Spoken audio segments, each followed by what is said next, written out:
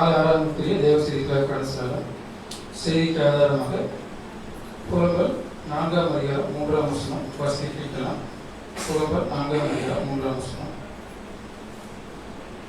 திமிங்கலங்கள் முதலாய் பங்கைகளை நீட்டி தங்கள் குட்டிகளுக்கு பால் கொடுக்கும் என் ஜனமானிய குமாரத்தையோ வனாந்திரத்தில் உள்ள தீக்குருவியைப் போல் குரூரமாக இருக்கிறாரே.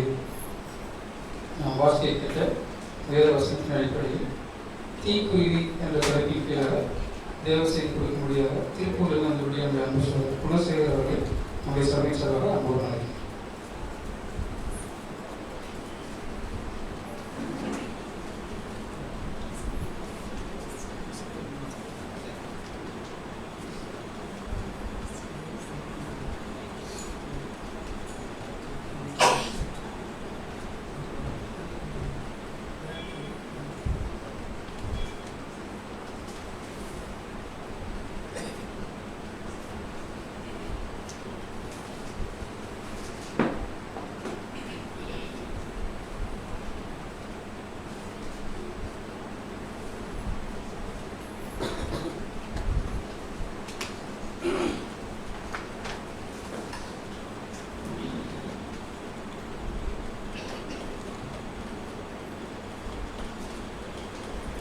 கிறிஸ்துவுக்குள் மிக பிரியமாகவும் அன்பாக அழைக்கப்பட்ட அன்புக்குரிய சகோதரியே உங்கள் அனைவருக்கும் தனிப்பட்ட முறையில் அன்பின் வாழ்த்துதலையும் நன்றிகளை கூறிக்கொண்டோம். அதே நேரத்தில் நாம் சார்ந்திருக்கிறதான திருப்பூர் சபையின் சார்பாக சகோதர சபையும் நம்ம அன்பின் வாழ்த்துகளையும் உங்களுக்கு தெரிவித்து சொல்வதாக அன்றைய கேட்கப்படுகிறது. இந்த நாளில் கூட நாம் பார்க்க இருக்கிற பாடம் சகோதர சொன்ன விதமாக தீக்குருவி என்ற தலைப்பின் கீழாக நம் நாளில் இந்த தியானிக்க இருக்கிறோம். நம்ம பார்க்கிற பாடத்தின் தலைப்பு தீக்குருவி. தீக்குருவி என்று சொல்லும் பொழுது இது ஒரு ஆப்பிரிக்கா தேசத்துல வாழ்க்கிற ஒரு பறவை. இது பறவையா இல்ல இது விலங்கா? ஏன்னா அந்த அளவுக்கு ஒரு போட்டான ஒரு பறவை இந்த தீக்குருவி. இந்த தீக்குருவியை குறித்து தேவன் வேதகாலத்துல எங்க சொல்லி இருக்கிறார், இந்த தீக்குருவியில் இருந்து நம்மளுக்கு என்ன ஒரு பாடத்தை தேவன் வைத்திருக்கிறார் என்று சொல்லி நாளைக்கு தியானிக்க போறோம். இந்த தீக்குருவியை தேவன் ஏன் வேதகாலத்துல இதை பத்தி சொல்லணும் அப்படின்னு சொல்லி அந்த விளக்கத்தை நம்ம பார்க்க போறோம். இந்த ஆப்பிரிக்கா தேசத்துல ஏன் இதுக்கு தீக்குருவின் பேர்னா இதுக்கு நெருப்பு கொள்ளின்னு இன்னொரு பேர். இந்த ஆப்பிரிக்க தேசத்துல அதிகமான ஹீட்டான பகுதியில் இருக்கும் பொழுது அங்க இது உடம்பு அதிக ஹீட்ல இருக்கும். ஆனா அந்த தீக்குருவி உடம்புக்குள்ள பார்த்தா ஒரே குளிர்ச்சியா தான் இருக்கும். அந்த ஹீட்டை உள்வாங்காம அது என்ன பண்ணா கூலிக்காக தன் உடம்பை வைத்துக் கொள்ளும். அப்பேற்பட்ட ஒரு பறவை. அதை குறித்து தேவன் இந்த நாளில் கூட நம்ம பாடமா பார்க்க இருக்கிறோம். இதை குறித்து நம்ம என்ன பண்றோம்னா யோபு புஸ்தகம் எல்லாம் சொல்லப்பட்டிருக்கிறது.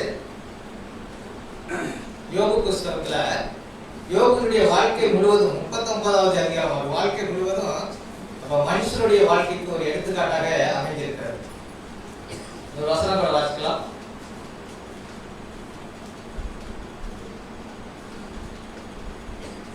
யோபு புஸ்தகம் 1ஆம் அதிகாரம் 1ஆம் வசனம்.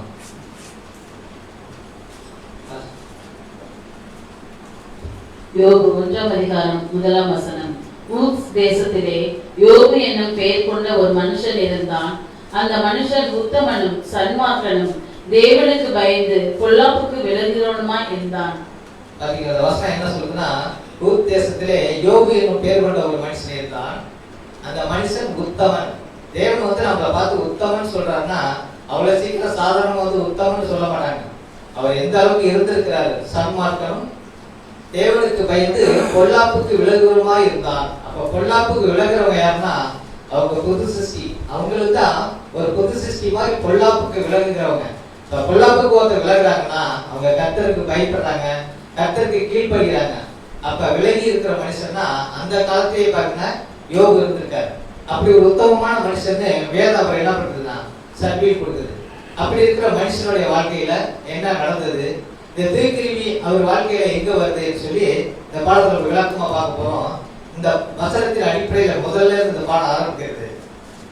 அடுத்த ஒரு வசனம் வாய்க்கலாம். யோபு 1ஆம் அதிகாரம் 2ஆம் வசனம். யோபு 1ஆம் அதிகாரம் 2ஆம் வசனம். அவனுக்கு 7 குமாரரும் 3 குமாரத்திகளும் பிறந்தார்கள். அப்படிப்பட்ட யோபுக்கு 7 குமாரரும் 3 குமாரத்திகளும் பிறந்தார்கள். அவன் எப்ப மொத்தம் 10 குழந்தைகள். அவருக்கு 10 குமாரன், அதாவது 7 குமாரன் 3 குமாரத்திகள், 3 பெண் பிள்ளைகள், 7 ஆண் பிள்ளைகள் இருந்திருக்கு. அவர் அப்படியே பகுதியில் வந்து வாழ்ந்துட்டு வர்றார். அப்படி வரும்போது யோபு 1ஆம் அதிகாரம் 3ஆம் வசனம். யோபு 1ஆம் அதிகாரம் 3ஆம் வசனம். அவனுக்கு 7000 ஆடுகளும் 3000 ஒட்டகங்களும் 500 ஏர் மாடுகளும் 500 கழுதைகளும் ஆகிய மிருக ஜீவன்கள் இருந்தது.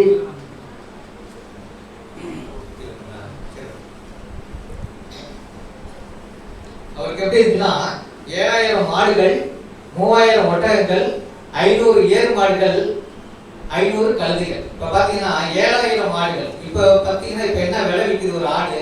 இவர் 7000 மாடுகள் அந்த காலத்துல இருந்திருக்கு, 3000 ஒட்டகங்கள் இருந்திருக்கு, 500 ஏர் மாடுகள். அப்ப பார்த்தோம்னா இவர் பெரிய ஒரு பணக்காரரா வாழ்ந்திருக்காரு, ஒரு பெரிய ஒரு மிராஸ். இப்ப விவசாயம் பண்ணிட்டு ஊர்ல வாழ்றவங்க பார்த்தோம்னா மிராஸ்ன்னு சொல்லிப்பாங்க. மிராஸ்னா என்னன்னா அவங்க அதிகமா வெள்ளாமை, அதிகம் விவசாயம் பண்ணிட்டு நிறைய நிலப்பலங்களோட இருக்கிறவங்க வந்து மிராஸ்ன்னு சொல்லுவாங்க. அந்த அடிப்படையில் இவர் அப்பயே வந்து நல்லா வசதி வாய்ப்பா வாழ்ந்திருக்காரு. அவர் வாழ்க்கையில நடந்ததுதான் நம்ம பார்க்க இருக்கிறோம். இவர் பெரிய மிராஸ்தாரு, பெரிய ஒரு செல்வந்தர். யோபு 1ஆம் அதிகாரம் 8ஆம் வசனம். யோபு 1ஆம் அதிகாரம் 8ஆம் வசனம். கர்த்தர் சாத்தானை நோக்கி, இந்த தாசனாகிய யோபுவின் மேல் கவனம் வைத்தாயோ? உத்தமனும் சன்மார்க்கனும் தேவனுக்கு பயந்து பொல்லாப்புக்கு விலகுகிறவனுமாகிய அவனைப் போல் பூமியில் ஒருவனும் இல்லை என்றார். கர்த்தரை பத்திங்களா? கர்த்தர் சாத்தானை நோக்கி இவரே சொல்றாரு. ஏன்னா யோபுவை பத்தி இவர் ரொம்ப தேவன் என்ன பண்றாரு, ரொம்ப பெருமையா எப்படி பத்தியா அப்படி வாழ்றாரு. ஏன்னா ஒரு நீதிமான ஒரு மனுஷன் வாழும்போது தேவனுக்கு ரொம்ப சந்தோஷமாயிடும். அதான் கர்த்தர் சாத்தானை நோக்கி, என் தாசனாகிய யோபுவின் மேல் கவனம் வைத்தாயோ? உத்தமனும் சன்மார்க்கனும் தேவனுக்கு பயந்து பொல்லாப்புக்கு விலகுவருமாகிய இவனைப் போல ஒருவனும் இல்லை. பாத்தீங்களா, சர்டிபிகேட் கொடுக்கிறார். இதே மாதிரி ஒரு சர்டிபிகேட் நம்மளுக்கு எல்லாம் கிடைக்குமா? யோபுக்கு அப்படி ஒரு சர்டிபிகேட் கொடுத்திருக்காரு. அப்ப அப்படி கொடுக்கிறாரு. ஆரம்பமே என்ன பண்றது, யோபுவை பத்தி தேவன் என்ன பண்றாரு, பெருமையா எடுத்து சொல்றாரு. எடுத்து சொன்ன உடனே அதுக்கு சாத்தான் பதில் சொல்றாரு பாருங்க. யோபு 1ஆம் அதிகாரம் 9ஆம் வசனம். யோபு 1ஆம் அதிகாரம் 9ஆம் வசனம். அதற்கு சாத்தான் கர்த்தருக்கு பிரதியுத்தரமாக, யோபு விருதாவாகவா தேவனுக்கு பயந்து நடக்கிறான்? அப்போ தேவன் சொன்னதுக்கு சாத்தான் அவன் அப்படிதான் உத்தமன் தான் அவன் சொல்ல பாருங்க. பதிலை சாத்தான் என்ன சொல்றானா, அதுக்கு சாத்தான் பிரதியுத்தரமாக, யோபு விருதவா சும்மாவா உங்களுக்கு பயந்து நடக்கிறான்? அவன் என்ன அதுல பாயிண்ட் வைக்கிறான். அவன் சும்மாவா உங்களுக்கு யோபு பயந்து நடக்கிறான் அப்படின்னு சொல்லி அடுத்த பாயிண்ட் சொல்ல வர்றான். என்ன சொல்றான்னா, யோபு 1ஆம் அதிகாரம் 10ஆம் வசனம். யோபு 1ஆம் அதிகாரம் 10ஆம் வசனம். நீர் அவனையும் அவன் வீட்டையும் அவனுக்கு உண்டான எல்லாவற்றையும் சுற்றி வேலையடைக்கவில்லையோ? அவன் கைகளின் கிரியையை ஆசீர்வதித்தீர், அவனுடைய சம்பத்து தேசத்தில் பெருகிற்று. சாத்தா என்ன சொல்றான்னா, அவன் வீட்டையும் அவனுக்கு உள்ளான எல்லாவற்றையும், குழந்தை குட்டிக, அவங்க ஆடு மாடு எல்லா சொத்து பத்தி சுத்தி வேலி அடிச்சு பாதுகாத்துட்டு வர்றீங்க. அவனுடைய சம்பத்து தேசம் ஃபுல்லா பெருகிட்டு நல்லா வசதி வாய்ப்போட இருக்கும் போதும் அப்படிதான் உங்களுக்கு பயந்து உங்களுக்கு கீழ்படி தான் அவன் நடப்பான். அப்ப அவன் என்ன சொல்ல வரான் பாருங்க சாத்தான். அப்படி நீங்க பாதுகாத்து அவனை வந்து ஒரு சேட்டையில மறைத்து நீங்க பாதுகாத்து வச்சிருக்கிறதுனால அவன் அப்படிதான் வந்து உங்களுக்கு கீழ்படுத்திருந்தா உங்களுக்கு தெரியும் அப்படின்னு நான் சொல்ல வரான். அப்ப என்னன்னா, யோபு மேல வந்து குற்றம் சாட்டி அவனுடைய அடுத்தது என்ன பண்ணுவாங்கிறது சாத்தானுக்கு தெரியும். அதனால அவன் மேல தேவன் மேல சொன்னதுக்கு ஆப்போசிட்டா பேசி அவனை குற்றம் சாட்டி அப்படியே அந்த சாத்தான் அப்படியே கொண்டு வருகிறான். யோபு 1ஆம் அதிகாரம் 11 அதிகாரம் 12. யோபு 1ஆம் அதிகாரம் 11 மற்றும் 12 வசனங்கள். ஆனாலும் உம்முடைய கையை நீட்டி அவனுக்கு உண்டானவை எல்லாம் தொடுவீரானால் அப்பொழுது அவன் உமது முகத்துக்கு எதிரே உம்மை தூசிக்கானோ பாரும் என்றான். கர்த்தர் சாத்தானை நோக்கி, இதோ அவனுக்கு உண்டானவை எல்லாம் உன் கையில் இருக்கிறது, அவன் மேல் மாத்திரம் உன் கையை நீட்டாதே என்றார். அப்பொழுது சாத்தான் கர்த்தருடைய சந்நிதியை விட்டு புறப்பட்டு போனான். என்ன சொல்றான் அந்த இடத்துல வசனம் என்ன சொல்றான், அவன் சேலஞ்ச் பண்றான் தேவன்ட்ட. என்ன சொல்றான், ஆனாலும் உம்முடைய கையை நீட்டி, தேவன் வந்து உம்முடைய கையை நீட்டி அவனுக்கு உண்டானது எல்லாம் தொழுவீரானார், அதாவது அதை அனுப்பீர் என்றால் அப்பொழுது அவன் உனது முகத்திற்கு எதிராக, அதாவது நீங்க வச்சுக்கிற சொத்து பார்த்து அவன் கிட்ட இருக்கிற ஆடு மாடு ஜீவன்கள் எல்லாத்தையும் நீங்க வந்து தொட்டீங்கன்னா அப்போ வந்து அவங்களை தூசிப்பான் அப்படின்னு சொல்லி சாத்தான் என்ன பண்றான்னா தேவன்ட்ட சொல்றான். சொல்லும் போது அடுத்தது சாத்தானை இதோ அவனுக்கு உண்டானவை எல்லாம் அவருக்கு தேவன் பதில் சொல்றாரு. என்ன பதில் சொல்றான்னா, அவனுக்கு உண்டானது எல்லாம் என்னது உன் கையில் இருக்கிறது, அவன் மேல் மாத்திரம் உன் கையை நீட்டாது. அவன் மேல அவனுடைய உயிர், அப்பொழுது சாத்தான் கர்த்தருடைய சந்தேகங்கள் என்னன்னா, அவனுக்கு உண்டானது எல்லாம் அவன் கையில இருக்குது, நீ என்ன வேணாலும் அந்த யோபு நீ செய்ய, ஆனா அவன் மேல் மட்டும் நீ கையப்படாதுன்னு சொல்லி ஒரு அனுமதி கொடுக்குறாரு. அந்த அனுமதியை வாங்கி கொண்ட சாத்தான் என்ன பண்றான்னா, யோபு நோக்கி விரைந்து சென்றான். அப்ப போய் அந்த சாத்தான் என்ன பண்றான்னா, ஏன்னா அனுமதி தேவனை கொடுத்திருக்காரு, தேவன் அனுமதி கொடுக்காத நம்ம யாரும் சாத்தான் அவ்வளவு சீக்கிரம் தொட முடியாது. சாத்தான் தேவன்கிட்ட அனுமதி வாங்கிட்டு தான் நம்மளுக்கு தொட முடியும். ஏன்னா நம்மளுடைய தலையில் உள்ள முடிகள் எல்லாம் என்ன பண்றது, அவருடைய சித்தம் இல்லாம ஒரு முடி கூட கீழே விழுவாதுன்னு சொல்லி வேதத்துல வாசிக்கிறோம் இல்லையா? அப்ப அவரை கேட்காம யோபு போய் அவ்வளவு சீக்கிரம் சாத்தான் தொட முடியாது. அதனால அந்த அனுமதி வாங்கிட்டு போய் நேரம் என்ன பண்றான்னா, அவருக்கு உண்டான ஆடு மாடு அப்புறம் ஒட்டகங்கள் ஏறு மாடுகள் எல்லாத்தையும் என்ன பண்றாங்க, எல்லாத்தையும் நிர்மூலமாக்கிடலாம். நிர்மூலமாக்கின பிறகு என்ன நடந்துச்சு? யோபு 1ஆம் அதிகாரம் 20-22 வசனம். யோபு 1ஆம் அதிகாரம் 20 முதல். அப்பொழுது யோபு எழுந்திருந்து தன் சால்வையை கிழித்து தன் தலையை சிரைத்து தரையிலே விழுந்து பணிந்து, நிர்வாணியாய் என் தாயின் கர்ப்பத்திலிருந்து வந்தேன், நிர்வாணியாய் அவ்விடத்துக்கு திரும்புவேன், கர்த்தர் கொடுத்தார், கர்த்தர் எடுத்தார், கர்த்தருடைய நாமத்துக்கு ஸ்தோத்திரம் என்றான். எல்லாவற்றிலும் யோபு பாவம் செய்யவும் இல்லை, தேவனை பற்றி குறை சொல்லவும் இல்லை. என்ன சொல்றாருன்னா, ஆடு மாடுகள் சொத்து பத்தி எல்லாம் அழிஞ்சாலும் கடைசியில பார்த்தா அவருடைய குழந்தைகள், அவர் பையன்கள், குமாரன் குமாரத்திகள் எல்லாருமே அழிஞ்சிடறாங்க. அப்படி அழிஞ்ச பிறகுதான் யோபு எழுந்து தன் சால்வையை கிழித்து கொண்டு, அதாவது அவங்களுக்கு ரொம்ப துக்கம் அதிகமாயிட்டுனா அந்த ஜனங்க பழைய காலத்துல என்ன செய்வாங்கன்னா, ட்ரெஸ்ஸை கிழிச்சுப்பாங்க, கிழிச்சுக்கிட்டு தலைமுடியா எடுத்துப்பாங்க, எடுத்து விழுந்து பணிந்து எல்லாமே அவர் மொட்டை அடிச்சுட்டு பணிஞ்சு என்ன சொல்றாருன்னா பாத்தீங்கன்னா, யோபு நிர்வாணியா என் தாய் வயிற்றிலிருந்து கட்டத்திலிருந்து வந்தேன், நிர்வாணியா அவரிடத்துக்கு திரும்பி நான் போவேன், ஒன்னும் நான் எடுத்துட்டு போகல, கர்த்தர் தான் எல்லாமே எனக்கு கொடுத்தார், கர்த்தர் தான் எடுத்துக்கொண்டார், கர்த்தருடைய நாமத்துக்கு ஸ்தோத்திரம். அப்படியே தேவன் என்ன பண்றாருன்னா, யோபு பாரு போட்டி துதிக்கிறார், பாடுறாரு. அப்போ குழந்தைகள், அவருக்கு இருக்கின்ற பிள்ளைகள் எல்லாமே அழிஞ்சிட்டாங்க. அப்ப எவ்வளவு ஒரு துக்கத்துல இருப்பாரு. இவையெல்லாம் யோபு அவர் என்ன பண்ணலன்னா, எந்த ஒரு பாவமும் செய்யல, அவர் வார்த்தையினால தேவனை தூசிக்கவும் இல்லை. இது ஃபர்ஸ்ட் டெஸ்ட்லயே என்ன பண்றாருன்னா, யோபு வெற்றி பெற்றாரு, சாத்தான் தோற்றான். ரைட்டுங்களா? அதோட தேவன் விடல, மறுபடியும் பாருங்க, மீண்டும் தேவன் யோபுவை பாராட்டுறார். அதோட விடல, ஏன்னா ஒரு டெஸ்ட் நம்மளுக்கு வைக்கிறாரு. சாத்தா நம்மளுக்கு அந்த நம்ம தவறு போது அவங்க சாத்தா சந்தோஷப்படுறோம், தேவன் வருத்தப்படுறாரு. என்னன்னா அந்த ஃபர்ஸ்ட் டெஸ்ட்லயே யோபு ஜெயிச்சிடறாரு. அப்ப தேவனுக்கு எப்படி இருக்கும், நம்ம வச்ச டெஸ்ட் நமக்குள்ள ஜெயிச்சிட்டாருன்னா தேவன் எவ்வளவு சந்தோஷப்படுவாரு. அந்த சந்தோஷத்தை தேவன் வெளிப்படுத்துறாரு. எப்படி வெளிப்படுத்தினா, யோபு 2ஆம் அதிகாரம் 3ஆம் வசனம். யோபு 2ஆம் அதிகாரம் 3ஆம் வசனம்.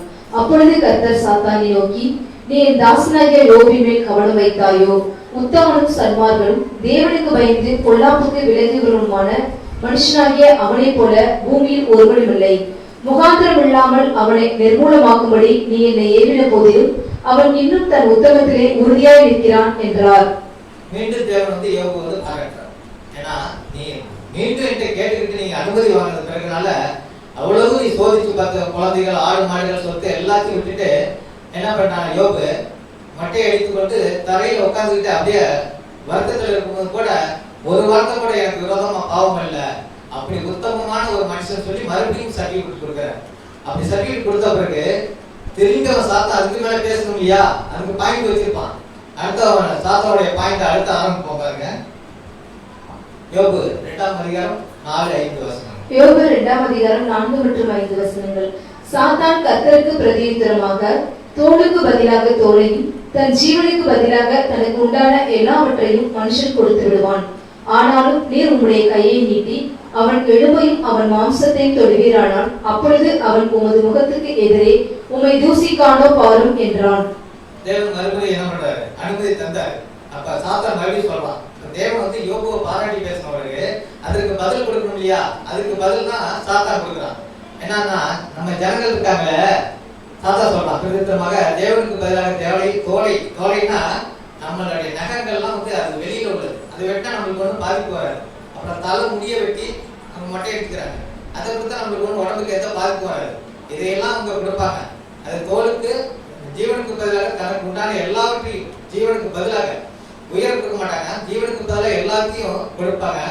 ஆனாலும் உம்முடைய கையை நீட்டி அவன் எலும்பையும் அவன் மாம்சத்தையும் தொடுகிறான். அப்படின்னா அவன் உடம்பு மேல அவனுக்கு பிரச்சனையா, அவன் உடம்புல வியாதி, அதே மாதிரி பிரச்சனை நீங்க கொண்டு வந்தீங்கன்னா முகத்துக்கு எதிராக உங்களை தூசிப்பான பாவம் அப்படி நீங்க செஞ்சீங்கன்னா அந்த யோபு கண்டிப்பா உங்களை தூசிப்பான். நீங்க எவ்வளவு ஒரு பெருமையா யோபு பத்தி பேசுறீங்களோ அதை அப்படியே மாத்தி உங்களுக்கு விரோதமா கூட யோபு பேசுவான்னு சொல்லி என்ன பண்றா சாத்தான் தேவனுக்கு விரோதம் இருக்கிறார். அப்படி அவர் சேலஞ்ச் வைக்கும்போது தேவன் அப்படியே இல்ல அப்படின்னு சொல்ல முடியுமா? அதையும் டெஸ்ட்டுக்கு அனுமதிக்கிறாரு. சாத்தான் தன் வேலையை மறுபடியும் ஆரம்பிக்கிறான். அப்ப தேவன் என்ன பண்றாரு? சொன்ன உடனே ரைட் ஃபர்ஸ்ட் டெஸ்ட்ல அவர் ஜெயிச்சிட்டாரு, ரெண்டாவது ஒரு டெஸ்ட் வைக்கிறியா அதையும் வச்சுக்க அப்படின்னு சொல்லி தேவன் வந்து அனுமதி கொடுக்கிறார். அனுமதி கொடுத்ததும் அடுத்து சாத்தான் அவனுடைய வேலையை ஆரம்பிக்கிறான். வாசிக்கலாம். யோபு 2ஆம் அதிகாரம் 7ஆம் அதிகாரம் 7ஆம் வசனம் 8ஆம் வசனம். யோபு 2ஆம் அதிகாரம் 7 மற்றும் 8 வசனங்கள். அப்பொழுது சாத்தான் கர்த்தருடைய சந்நிதியை விட்டு புறப்பட்டு யோபின் உள்ளங்கால் தொடங்கி அவன் உச்சங்களை மட்டும் கொடிய பருக்களால் அவனை வாதித்தான். அவன் ஒரு ஓட்டை எடுத்து தன்னை சுரண்டி கொண்டு சாம்பலில் உட்கார்ந்தான். பாத்தீங்களா, உடம்புல அந்த ஒரு நோய் தோல்ல இருந்து உடம்புல பருக்கள் அப்படியே என்ன பண்றான், உடம்புக்குள்ள அப்படியே பருக்கள் உள்ளங்கால் தொடங்கி அவன் உச்சந்தலை மட்டும் கொடிய பருக்களால் வாதித்தான். உடம்புல ஒரு பருக்கள் வந்துட்டு அதை அரிக்கும் போதும் அதை வந்து சொரிஞ்சோம்னா அதுல வந்து சலமும் சீயும் வச்சிருக்கோம். அந்த சீ பட்ட இடத்துக்கு திரும்பி அரிக்கும். அந்த நேரத்துல என்ன பண்ணாங்கன்னா அந்த கிராமத்துல பாத்தீங்கன்னா சீப்பை வச்சுட்டு சொல்லிடுவாங்க, அப்படியே உனக்கையா சொல்லிடுவாங்க. அதே மாதிரி பொசிஷன்ல உட்காந்துட்டு அப்ப ஓடுனா என்ன தெரியுங்களா, பானை சட்டி இருக்குங்களா, இந்த பானை சட்டியோட ஓட்டோட இதை எடுத்துட்டு அதுல தேய்ப்பாங்க. அப்ப தேய்க்கும் போது ரத்தம் வரும், ஆனா வலி இருக்கும். அந்த உணர்ச்சியிலேயே அவங்க தேய்க்க புண்ணாகிட்டே இருக்கும். அந்த நிலைமையில சாம்பல்ல உட்காந்துட்டு சாம்பல் மேல ஏன் சாம்பல் உட்காந்துருக்காங்கன்னா இந்த புண்ணு ரத்தம் சீயும் வெளியே வரும்போது சாம்பலை போட்டு அந்த ஒட்டிக்கும். அப்படி ஒட்டருக்கு யோபு வந்து ரொம்ப பரிதாபமான நிலைமையில யோபு போயிடுறாரு. அப்ப அடுத்து கூட வசனம் வாசிக்கலாம். யோபு 2ஆம் அதிகாரம் 9-10 வசனம். யோபு 2ஆம் அதிகாரம் 9 மற்றும் 10 வசனங்கள். அப்பொழுது அவன் மனைவி அவனை பார்த்து, நீர் இன்னும் உம்முடைய உத்தமத்தில் உறுதியாய் நிற்கிறீரோ, தேவனை தூஷித்து ஜீவனை விடும் என்றாள். அதற்கு அவன், நீ பைத்தியக்காரி, பேசுகிறது போல பேசுகிறாய். தேவன் கையிலே நன்மையை பெற்ற நாம் தீமையையும் பெற வேண்டாமோ என்றான். இவைகள் எல்லாவற்றிலும் யோபு தன் உதடுகளினால் பாவம் செய்யவில்லை. உடனே இந்த நிலைமைக்கு யோபு உட்கார்ந்த உடனே யோபோட மனைவி என்ன கேட்கிறாங்கன்னா, அப்பொழுது மனைவி அவனை பார்த்து, நீ இன்னும் உம்முடைய உத்தமத்துல கர்த்தர் மேல வச்சிருக்கிற நம்பிக்கையில இன்னும் நீ விடலையா? ஏன்னா தேவனை தூசிக்க வந்து அந்த மனைவிக்கு வந்து தேவன் மேல வந்து ஒரு நம்பிக்கை இல்லை. தேவன் வந்து அவங்க அவிவிசுவாசம் தான் இருக்கிறாங்க, யோபு தான் உத்தமமா இருந்திருக்காங்க. அப்ப மனைவி என்ன சொல்றாங்கன்னா, மனைவி வந்து சப்போர்ட் பண்ணணும். அவங்க கஷ்டத்துல இருக்கிற நேரத்துல மனைவி வந்து சப்போர்ட் பண்ணி அவங்களுக்கு தோல்விக்கு கொடுத்தாதான் யோபுக்கு ஒரு தைரியம் இருக்கும். இப்போ மனைவி என்ன சொல்றாங்கன்னா, தேவனை தூசித்து ஒரு ஜீவனை விடு, எதுக்கு இந்த உயிரை வச்சுக்கிட்டு இருக்கிற? இவ்வளவு நிலம வந்து பிள்ளை குட்டிகளா இறந்து ஆடு மாடுகள் எல்லாத்தையும் இறந்து இப்படி உட்காந்து ஒரு தொழுநோய் பேர் உட்காந்து இருக்கும் போதும் இன்னும் தேவன் சொல்றிய அப்படின்னு சொல்லி கேட்கறாங்க. அதுக்கு யோபு என்ன பதில் சொல்றாருன்னா, நீ பைத்திய வார்த்தையில கூட ஒரு தப்பான வார்த்தை சொல்லல, நீ பைத்தியக்காரி பேசுவது போல பேசாத. தேவன் கையில நம்ம நன்மை எவ்வளவோ பெற்றிருக்கிறோம், எவ்வளவு வசதி வாய்ப்புகளை தேவன் கொடுத்திருக்கிறார். ஏன்னா நம்ம நன்மையை பெற்ற நம்ம தீமையை பெற வேண்டாமா? இவையெல்லாம் என்ன பண்ணல, யோபு வந்து தன் வாயினால கூட தேவன் என்ன பண்ணல, தப்பா பேசல. நம்மளுக்கு அந்த சூழ்நிலைகள் நிறைய வரும். அந்த சூழ்நிலையில நம்மளுக்கு வர சோதனையில நம்ம ஒரு இடத்துக்கு வெளியில கிளம்பி போவோம். போகும்போது நம்மளுக்கு வந்து வண்டி ஏதாவது பஞ்சர் ஆகும், போற வழியில வந்து ஏதாவது காலில் முள்ளு குத்திடுவோம். அந்த மாதிரி தடங்கள் நிறைய வரும்போதும் நம்ம என்ன பண்றது, நம்ம இவ்வளவு மனக்கட்டு நம்ம போறோம், தேவனுக்கு பிள்ளை நம்ம சோதிக்கிறாரு நம்ம சொல்லிடக்கூடாது. தேவன் எது செஞ்சாலும் நன்மைக்கு தான் அப்படின்னு சொல்லிட்டு அதான் சொல்றாரு. அவர்கிட்ட நன்மையை பெற்ற நம்ம என்ன பண்ணணும், தீமையை பெறணும். வேற எல்லாவற்றையும் யோபு என்ன பண்ணல, தன் வாயினால் கூட தேவனுக்கு விரோதம் ஒரு வாரம் கூட பேசணும். ஏன்னா அது சாத்தான் தான் சோதிச்சுட்டு இருக்கான் ஒவ்வொன்றும் நடக்கிறதுக்கு. அப்ப இருந்தாலும் சாத்தானுக்கு இடம் கொடுத்து யோபு எதுவுமே பேசல. கரெக்டா இது வரைக்கும் கரெக்டா தான் நடந்துட்டு இருக்கு. அடுத்த ஒரு வசனம் வாசிக்கலாம். யோபு 22:2-4 வசனம். யோபு 22ஆம் அதிகாரம் 2 வசனங்கள். ஒரு மனுஷன் விவேகியாய் இருந்து தனக்கு தான் பிரயோஜனமாய் இருக்கிறதினால் தேவனுக்கு பிரயோஜனமாய் இருப்பானோ? நீர் நீதிமானாய் இருப்பதினால் சர்வ வல்லவருக்கு நன்மை உண்டாகுமோ? நீர் உம்முடைய வழிகளை உத்தமமாக்குகிறது அவருக்கு ஆதாயமாய் இருக்குமோ? அவர் உமக்கு பயந்து உம்முடைய வழக்காடி உம்முடைய நியாயத்திற்கு வருவாரோ? யோபு என்ன பண்றாங்கன்னா, இந்த இதுக்கு அப்புறம் 7 நாள் தரையிலே அமர்ந்து என்ன பண்றாங்கன்னா, அப்படியே ஒரு துக்கமா இருக்க மனைவி வந்து இந்த அளவுக்கு பேசுறதுனால யோபுக்கு வந்து மனசு உடைஞ்சிது. ஏன்னா மனைவி தான் ஒரு சப்போர்ட் பண்ணி பேசணும். மனைவியே இப்படி பேசுற பிறகு மைண்டுக்குள்ள யோபுக்கு வந்து கொஞ்சம் மனசு கொஞ்சம் தைரியமான மனசு கொஞ்சம் அவருக்கு வந்து மனசு சோர்ந்து போகுது. அப்ப 7 நாள் வந்து துக்கம் அனுபவிச்சு என்ன பண்றாருன்னா தனிமையா உட்காந்துருக்காரு, யாரையும் பார்க்காம தனிமையா போய் உட்காந்துருக்காரு. அப்ப உட்காரும் போது அவருடைய நண்பர்கள் வர்றாங்க. அவர் நண்பர்கள் வந்த பிறகு அந்த வசனம் அவர் நண்பர்கள் வந்து என்ன கேட்கறாங்கன்னா, அந்த நண்பர்கள் கேட்கிற கேள்விதான் அந்த வசனங்கள். என்ன கேட்கறாங்கன்னா, ஒரு மனுஷன் அவர் என்ன சொல்றாரு, நான் நல்லவன் நான் அப்படின்னு சொல்றாரு. யோபு நல்லது செஞ்சு அப்படின்னு சொல்றாரு. ஒரு மனுஷன் விவேகியா இருப்பதற்கு பிரயோஜனம் என்ன, தேவனுக்கு பிரயோஜனம் என்ன? நீ நல்லவனா இருக்கனால உனக்கு தேவனுக்கு என்ன பிரயோஜனம்? நீ நீதிமானா இருப்பதால் சர்வ வல்லவருக்கு நன்மை உண்டாகுமா? நீ உத்தமனும் வழிகள் உத்தமமா இருக்குது அவருக்கு ஆயத்தமா? நீ உத்தமனா இருக்கனால அவருக்கு ஏதாவது ஆதாயமா? சொல்றாரு. அவர் வந்து உனக்கு பயந்து உன்னோட வழக்காட உன்னோட யாருக்கு வருவாரா? தேவன் தேவாதி தேவன் அவர் வந்து உன்னை தேடிட்டு வந்து உன்னோட வழக்காடுவாரா அப்படின்னு சொல்லி கேட்கிறாங்க. கேட்டதும் யோபுக்கு அந்த நண்பர்கள் ரொம்ப அவங்க நெருங்கிய நண்பர்கள் அவங்க பேசுற உடனே அவர் மனசு ரொம்ப உடைஞ்சிட்டார். உடஞ்சு போய் அப்ப யோபு சொல்றாரு. யோபு 22:5-7 வசனங்கள். யோபு 22ஆம் அதிகாரம் வசனம் 5 முதல். உம்முடைய பொல்லாப்பு பெரிதும் உம்முடைய அக்கிரமங்கள் முடிவில்லாதவைகளுமாய் இருக்கிறதல்லவோ? முகாந்திரம் இல்லாமல் உம்முடைய சகோதரர் கையில் அடகு வாங்கி ஏழைகளின் வஸ்திரங்களை பறித்துக் கொண்டீர். விடாய்த்தவனுக்கு தாகத்துக்கு தண்ணீர் கொடாமலும் பசித்தவனுக்கு போஜனம் கொடாமலும் போனீர்.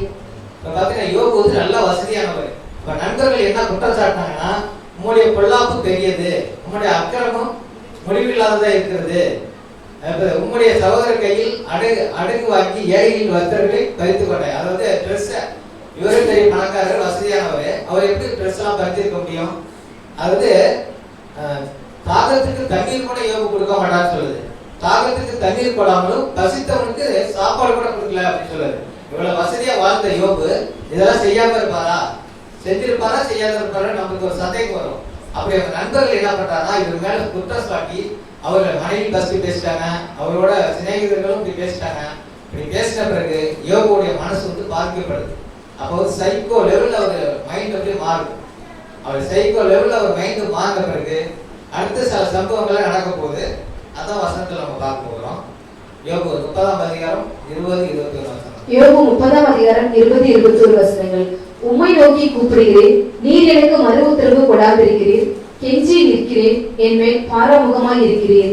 என்மேல் கொடூரம் உள்ளவராக மாறினீர். உம்முடைய கரத்தின் வல்லமையால் என்னை விரோதிக்கிறீர். இது வரைக்கும் பேசுற யோபுவோட பேச்சு அப்படியே மாறுது. என்ன மாறுதுன்னா, இது தேவன்ட்டு அவர் கேட்கிறார். உம்மை நோக்கி கூப்பிடுகிறேன், நீர் எனக்கு மறு உத்தரவு கொடாதிருக்கிறீர். தேவன் வந்து மறு உத்தரவு கொடாம இருப்பாரா? அவர் எங்க இருந்து கூப்பிட்டாலும் மறு உத்தரவு கொடுக்கிற தேவனா இருக்கிறார். நீ மறு உத்தரவு கூடாது இருக்கிறீர், கெஞ்சி நிற்கிறேன், என்மேல் பாராமுகமா இருக்கிறார் அப்படின்னு சொல்றாரு. அப்ப தேவன் நம்ம யோபுவை பார்க்காம இருப்பாரா? கண்டிப்பா பார்ப்பாரு. அப்ப மறுபடியும் ஒரு வசனத்தை என்ன சொன்னா, என்மேல் கொடூரம் உள்ளவனாக மாற்றினீர், உங்களுடைய கரத்தின் வல்லமையால் என்னை வந்து விரோதிக்கிறீர். நீங்க பலமா இருக்கிறீங்க, உங்க பலத்தை கொண்டு என்ன நீங்க விரோதிக்கிறீங்க. தேவன் போய் யோபு மேல விரோதம் பண்ணுவாரா? அவர்களுடைய பலத்தை கொண்டு இவர்கிட்ட காட்டுவாரா? ஆனா அந்த வசனத்துல யோபு என்ன சொல்றாருன்னா, புலம்புறாரு. அவருடைய குழந்தைகளை இறந்துட்டாங்க, அவர் சொத்து பத்தி எல்லாம் அழிஞ்சிட்டு, மனைவி பேசிட்டாங்க, நண்பர்கள்லாம் பேசினதுனால அவரோட தாங்க முடியாம அவர் வந்து புலம்புறார். சைக்கோ மைண்ட்ல அவர் மாறி புலம்ப ஆரம்பிக்கிறார். அப்ப தேவனை யோபு வந்து தேவனை கேட்கிறார். என்ன கேட்கிறாருன்னா, யோபு 30ஆம் அதிகாரம் 26ஆம் வசனம். யோபு 30ஆம் அதிகாரம் 26ஆம் வசனம். நன்மைக்கு காத்திருந்து எனக்கு தீமை வந்தது, வெளிச்சத்தை வர பார்த்து கொண்டிருந்த எனக்கு இருள் வந்தது. எனக்கு நன்மை வரும்னு நான் காத்திருந்தேன், எனக்கு வந்து தீமை வந்தது. வெளிச்சத்தை பார்க்கிற எனக்கு இருள் வந்தது. வாழ்க்கையே ஒரு இருளா போயிட்டு எல்லாம் புலம்புறதுதான். தேவன் எப்படி ஆரம்பத்தில் தேவன் சர்டிபிகேட் கொடுத்தாரு, இப்ப அவர் வாழ்க்கை அப்படியே மாறி புலம்ப ஆரம்பிக்கிறார். யோபு 33:9-10 வசனம். யோபு 33ஆம் அதிகாரம் 9-10 வசனங்கள். நான் மீறுதல் இல்லாத சுத்தன், நான் குற்றமற்றவன், என்னில் அக்கிரம் இல்லை. இதோ என்னில் அவர் குற்றம் பிடிக்க பார்க்கிறார், என்னை தமக்கு சத்துருவாக எண்ணிக்கொள்கிறார். என்ன வந்து அவர் சத்துருவா எண்ணிக்கொள்கிறார், என்ன வந்து சத்துருவா எண்ணிக்கொள்கிறார். என்னிடத்துல அக்கிரமம் இல்லை. ஏன்னா யோபு கிட்ட அக்கிரமம் இல்லைங்கிறது தேவனுக்கு கண்டிப்பா தெரியும். ஆனா அதை வந்து இவர் சொல்றார், ஏன்னா நான் மீறுதல் இல்லாத சுத்தக்கண்ணன், தன்னைத்தானே நான் சுத்தம் பண்ணுவேன் அப்படின்னு சொல்றதே வந்து ரொம்ப ஒரு மேட்டிமை குறிக்கும். நான் குற்றமற்றவன், என்னில் அக்கிரமம் இல்லை. இது வந்து நான் தேவனுக்கு, என்னை பத்தி தேவனுக்கு தெரியும், நம்மளை பத்தி தேவனுக்கு தெரியும். நம்ம அவர்களே சொல்லணும்னு அவசியம் இல்லை. ஆனா இது எப்படி அவருடைய கேரக்டர் மாறுது பாருங்க. யோபுடைய கேரக்டர், நான் மீறுதல் இல்லாத சுத்த கண்ணன், குற்றமற்றவன், என்னில் அக்கிரமம் இல்லை, என்னில் அவர் குற்றம் சாட்ட பார்க்கிறார், என்னை தமக்கு சத்ருவாக எண்ணி இருக்கிறார். அதாவது யோபு போய் தேவன் போய் சத்ருவா எண்ணுவாரா? ஆனா யோபு சொல்றத பார்த்தா தேவன் அவரை சத்ருவா எண்ணி இருக்கிறார் அப்படின்னு சொல்லி அவரு கேட்கிறார். கேட்ட உடனே எல்லாம் பார்த்து யோபு குழம்புன பிறகு தேவன் யோபு அவர்கிட்ட கேட்க போறார். அடுத்தது சில கேள்விகள் அவர் கேட்க போறார். என்ன கேட்கலான்னு பாருங்க. யோபு புஸ்தகம் 38:4-5 வசனங்கள். யோபு 38ஆம் அதிகாரம் 4-5 வசனங்கள். நான் பூமியை அஸ்திபாரப்படுத்துகிற போது நீ எங்கே இருந்தாய்? நீ அறிவாளியானால் அதை அறிவி. அதற்கு அளவு குறித்தவர் யார்? அதன் மேல் நூல் போட்டவர் யார்? அதை நீ அறிந்திருந்தால் சொல்லு. தேவன் பூமியை அஸ்திவாரம் போட்டவர, அப்ப நீ எங்க இருந்தாய்? நான் பேர்பட்ட பூமியை நான் அஸ்திவாரம் போட்டேன், அப்ப நீ எங்க இருந்தாய்? அறிவாயான அதை நீ அறிவி. அந்த அளவுக்கு யோபுக்கு வந்து நானும் கிடையாதுல்ல, தேவனுடைய சிருஷ்டியை ஆராய்ச்சி பண்ற அளவுக்கு யோபுக்கிட்ட அந்த அளவுக்கு திறமை கிடையாது. ஆனா அவர் சொல்றாரு, எங்க இருந்தாய்? நீ அறிவாயானால் அதே யாருமே அந்த நேரத்தில் தேவன் இந்த சிருஷ்டியெல்லாம், அதாவது பொது சிருஷ்டியை எல்லாம் உருவாக்கும் போது, ஒவ்வொரு சிருஷ்டியை உருவாக்கும் போதும் அப்ப யாரும் இல்லை, அப்ப வந்து மனித இனமே கிடையாது. அப்ப நீ அறிந்தீரானா அதை எனக்கு அறிவின்னு அவர் கேட்கிறார். அதுக்கு அளவு குறித்தது யார்? அதாவது அளவு குறித்ததுன்னு பாத்தீங்கன்னா பூமியை ஒவ்வொன்றும், பூமி, நட்சத்திரம், விண்மீன்கள் எல்லாத்தையும் உண்டாக்குனார்ல, அதையெல்லாம் அளவு குறித்தது யாரு, எதை எங்கெங்க வைக்கலாம் அப்படின்னு சொல்லி அளவு குறித்து ஒரு கட்டணம் கட்டணும்னா நூல் போட்டு ஆசிரியர் இவங்கெல்லாம் வந்து செய்வாங்க, கொத்தனாரெல்லாம் வந்து அதே மாதிரி போட்டு எதை எங்கெங்க வைக்கணும்னு அதை நீ அறிந்து இருந்தால் அதை சொல்லு, இந்த விஷயத்த சொல்லுன்னு அவர் கேட்கிறாரு. அப்ப யோபு கிட்ட இதெல்லாம் தேவன் கேட்கிறாரு. அடுத்து யோபு 38:8. யோபு 38ஆம் அதிகாரம் 8ஆம் வசனம். கர்ப்பத்திலிருந்து உதிக்கிறது போல் சமுத்திரம் புரண்டு வந்த போது அதை கதவுகளால் அடைத்தவர் யார்? இத பாத்தீங்கன்னா கடல்ல வந்து தண்ணி இருக்கும், அது வந்து அலை அடிச்சுக்கிட்டே இருக்கும். அடிக்கும் போதும் அந்த தண்ணி வர்றதை தடுக்கிறதுக்கு வந்து மணல் தேவன் போட்டிருக்காரு. இந்த மணலை போடாம ஒரு களிமண் இல்ல கல்லுகளை போட்டிருந்தான்னு வச்சுக்க, அது வந்து நிலச்சரிவு தான் ஏற்படும். மணல் ஏன் அந்த மணல் வந்து அந்த தண்ணியை வந்து தடுத்து நிறுத்தி திரும்பி அலையை திருப்பி அனுப்போம். ஏன் மணல் அப்படி அதுக்கு ஒரு தன்மை இருக்குன்னா, மணல் வந்து அடர்த்தியானது, ஒன்னோட ஒன்று வந்து நெருக்கமா இருக்கும். அதனால இந்த அலையை மேற்கொண்டு அந்த நிலச்சரிவு வந்து ஏற்படாம பாதுகாக்கும். அதனாலதான் தேவன் வந்து ஞானமா என்ன பண்ணியிருக்காருன்னா அந்த கடல் ஓரத்துல மணலை போட்டிருக்காரு. இந்த மணலை போட்டிருக்காருல தேவன், அந்த மணலை போட்டது வந்து யாரு அப்படின்னு யோபு கிட்ட கேட்கிறாரு. அவருடைய சிருஷ்டியை பத்தி யோபு கிட்ட தேவன் வந்து சொல்லிட்டு வர்றாரு ஒவ்வொன்னா. அப்ப அதை அடைத்தவர் யார் அப்படின்னு கேட்கிறார். இப்ப யோபு கூட அப்படியே பார்த்து நிற்கிறார் தேவன் சொல்ல சொல்ல. அடுத்தது யோபு 31ஆவது வசனம். யோபு 38ஆம் அதிகாரம் 31ஆம் வசனம். அருமை நட்சத்திரத்தின் சுகிர்த்த சம்பத்தை நீ இணைக்க கூடுமோ, அல்லது மிருக சீரிஷத்தின் கட்டுகளை அவிழ்ப்பாயோ? நட்சத்திரத்தை பத்தி சொல்றாரு. அருமை நட்சத்திரத்தின் சுகிர சம்பத்தையும் நீ இணைக்க கூடுமா, அல்லது மிருகசீரத்தின் கட்டுகளை அழிப்பாயா? இப்படி பார்க்கும்போது வசனத்துக்கு விளக்கம் புரியல. என்னன்னா நட்சத்திரம் பூமியை விட என்னன்னா 10 மடங்கு பெருசு. நட்சத்திரம் பூமியை விட 10 மடங்கு பெருசு. மனிதன் உயிர் வாழ்றதுக்கு வாயுக்கள் வந்து இந்த நட்சத்திரத்துல இருந்து நம்மளுக்கு கிடைக்குது. நம்ம உயிர் வாழ்ற வாயுக்களே வந்து இதுல இருந்தா கிடைக்குது. அது வந்து அல்பா சென்சுரி அப்படின்னு ஒரு நட்சத்திரம் இருக்கும். அது வந்து சூரியனுக்கு ரொம்ப அருகில இருக்கும். அதுகிட்ட நம்ம போகணும் வச்சுக்க, சூரியனுக்கு அருகில் அந்த நட்சத்திரம் இருக்கு, அதுகிட்ட நம்ம போகணும்னா 4.5 ஒளி ஆண்டுகள். ஒளி ஆண்டுகள் என்னென்ன கணக்குன்னா, ஒரு நொடிக்கு இன்னொரு நொடிக்கு இடையில, ஒரு நொடிக்கு இன்னொரு நொடிக்கு இடையில எப்படின்னா 3 லட்சம் கிலோமீட்டர் வேகத்துல போற ஒரு ராக்கெட்ல நம்ம ஏறி உட்காந்து நம்ம போனோம்னா அந்த நட்சத்திரத்தை ஆல்பா சென்சுரி நட்சத்திரத்துல போய் சேர்றதுக்கு என்ன 1.5 லட்சம் வருஷம் ஆகும். பாத்தீங்களா, நம்ம வாழ்ற வாழ்க்கை 70 வருஷம். நம்ம உயிரோட இருக்கிற வருஷம் 70, 80. களத்தின் மீதியா ஒரு ஆள் 80 வயசு வாழ்வாங்க. அப்படி இருக்கும்போது நம்ம அந்த ராக்கெட்ல ஏறி போனோம்னு வச்சுங்க, நம்ம உடம்பு 70 வருஷத்துல உயிர் இழந்துடும். அதுக்கப்புறம் அந்த எலும்பு 1.5 லட்சம் வருஷம் இந்த எலும்பு மக்கி போய் இந்த எலும்போட சாம்பலும் காணாம போயிடும். அவ்வளவு வருஷத்தை எப்படி தேவன் படைச்சிருக்க அற்புதமான நட்சத்திரத்தை அவ்வளவு தூரத்துல படைச்சிருக்காரு. அப்படி வச்சு நான் படைச்சிருக்கிறேன் அப்படின்னு சொல்றாரு. அங்க போய் நம்ம சேர்றதுக்கு 1.5 லட்சம் வருஷம் ஆகும். அவ்வளவு தூரத்துல நட்சத்திரம், சூரியன் எல்லாத்தையும் இப்படி சிருஷ்டிய பயங்கரமா தேவன் படைச்சிருக்காரு. அதுல வந்து மிருகசிரி, அதாவது மிருகசிரிசம் ஒரு நட்சத்திரம் இருக்கு, அது பேர் ஓரியன். இது வந்து ஒரு வகையான நட்சத்திர கூட்டம். இது எப்படி இருக்குன்னா 3 பிரிவா அதாவது 3 பிரிவா இருக்கும். நட்சத்திரம் வந்து இப்படி ஒரு லைன் இருக்கு, இப்படி ஒரு லைன் இருக்கு, இப்படி 3 பிரிவா இருக்கும்.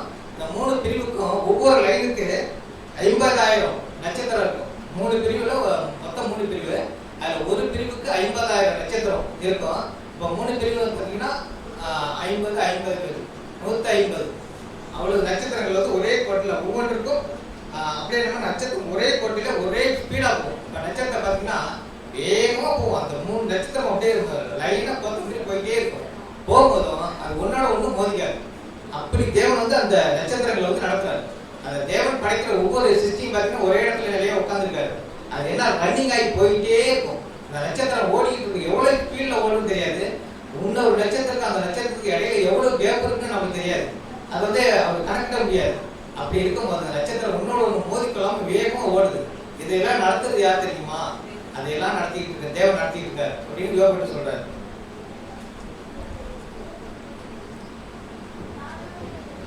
யோபு 38 அதிகாரம் 32 வசனம்.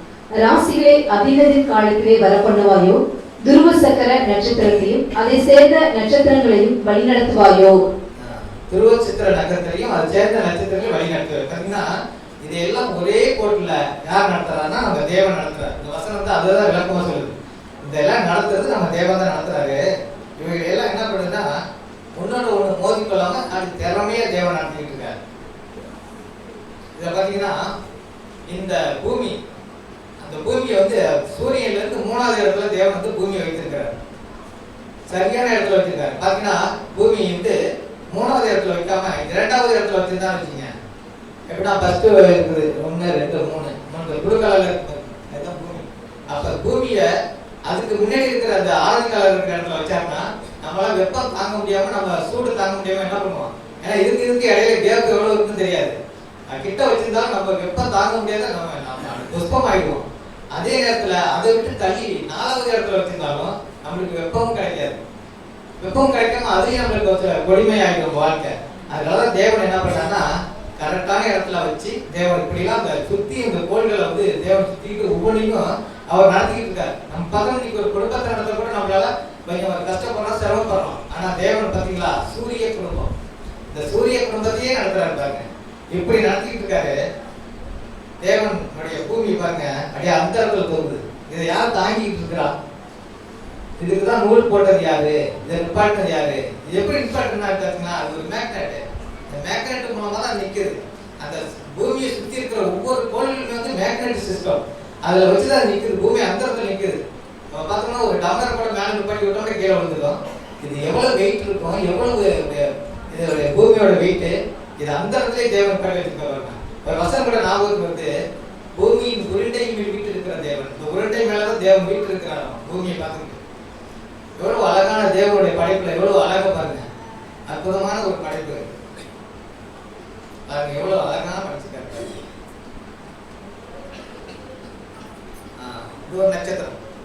இது என்ன நட்சத்திரம்? அருண்மின் நட்சத்திரங்கள். இது எப்படின்னா 25,000 நட்சத்திரங்களை கொண்ட ஒரு கூட்டம். இது என்ன எப்படி இருக்குன்னா தேனி கூட்டம் போல இருக்குமா. இது வந்து ஒரு இடத்துல ஒரு இடத்துல வந்து அசைஞ்சு போயிட்டே இருக்கும்.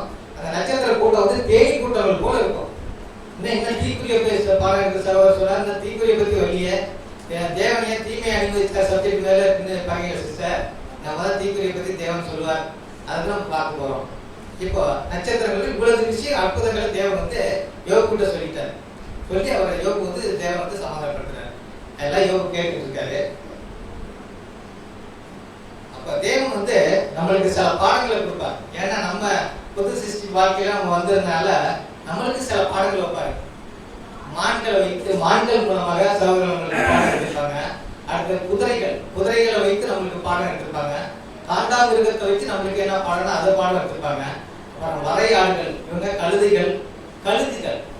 கழுகுகள்லாம் வச்சு நம்மளுக்கு சகோதரர் எல்லாரும் பாடம் எடுத்திருப்பாங்க. தேவன் பாடம் எல்லாம் காட்டியிருக்காங்க, தெரிஞ்சுக்கிட்டோம். ஆனா இன்னைக்கு நம்ம பார்க்க போறதுதான் தீக்குருவி. இந்த தீக்குருவியை வச்சு தேவன் யோபு கிட்ட என்ன சொல்றாரு அப்படிங்கிறத அந்த பாடத்தை பார்க்க போறோம். இந்த தீக்குரிய மையமா வச்சுதான் பாடமே.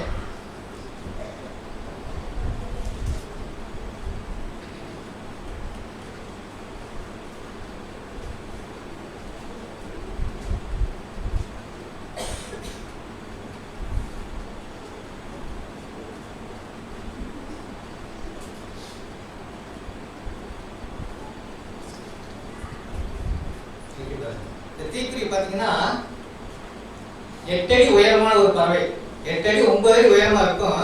இதுக்கு வந்து பெரிய கண்ணு இருக்கும். அதாவது பறவைகளிலேயே பெரிய கண்ணை உடையது இந்த தீக்குருவி தான். இது இறக்கை வந்து உடனே தொகுனது மாதிரி இருக்கும். ஏன்னா இது ஒரு அபலட்சமான பறவை. இது ரொம்ப நேரம் மயில் மாதிரி இதை பார்த்துக்கிட்டு இருக்க முடியாது. பார்க்கறதுக்கு ஒரு அபலட்சணமா இருக்கும். இந்த பறவை ஏனைக்கு எதிராக நின்னாலும் அது பயப்படாம இருக்கும். ஏனை வந்து துணிச்சலான பறவை. இதை பார்த்தீங்கன்னா நீண்ட கழுத்து இருக்காது இந்த தீக்குருவிக்கு. ஏன்னா அங்கங்கே கழுத்துக்கு கீழே வந்து முடி இருக்கும்.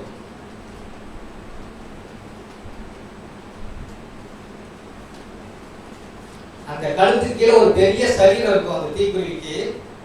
அந்த தீக்குருவி வசனம் வாசிக்கலாம். யோபு 39:13 வசனம். யோபு 39:13 தீக்குருவிகள் தங்கள் செட்டைகளை அசைவாட்டி ஓடுகிற ஓட்டம் நாரை தன் செட்டைகளாலும் இறகுகளாலும் பறக்கிறதற்கு சமானம் அல்லவோ. நாரையோடு ஒப்பிட்டு தேவன் பேசுறாரு. நாரை வந்து பாத்தீங்கன்னா 1/2 அடி ஸ்கேல்ல நாரை அளந்துடலாம். ஆனா தீக்குருவி அப்படி அளக்க முடியாது. அது 9 அடி பறவை. ஏன்னா நாரையும் தீக்குருவி சமமாகுமா? இந்த வசனம் எப்படின்னா இந்த பார்த்தீங்கன்னா சமம் அல்லவோ அப்படின்னு இருக்கு. இதை பார்த்தா உண்மையிலே படிச்சோம்னா இது சமமாகுமா? தீக்குருவியும் நாரையும் சமமாகுமா? நாரை வந்து நல்லா பறக்கிற ஒரு பறவை, தீக்குருவி வந்து பறக்க தெரியாது, அது ஓடும், அவ்வளவுதான். அப்ப பாத்தீங்கன்னா இது தீக்குருவி, இது நாரை. நாரை நல்லா வானத்துல நல்லா பறந்து போகுது, தீக்குருவி வந்து பறக்காது. இது ரெண்டும் வந்து ஒன்று ஆகாது. இப்ப யோபு 39:14 வசனம். யோபு 39:14 அது தன் முட்டைகளை தரையிலே இட்டு அவைகளை மணலிலே அனலுரைக்க வைத்துவிட்டு போய். ஒரு கோழியெல்லாம் முட்டை விட்டுனா அது அடைக்காத்து பாதுகாக்கும் கோழிகள் எல்லாம் பார்த்தா.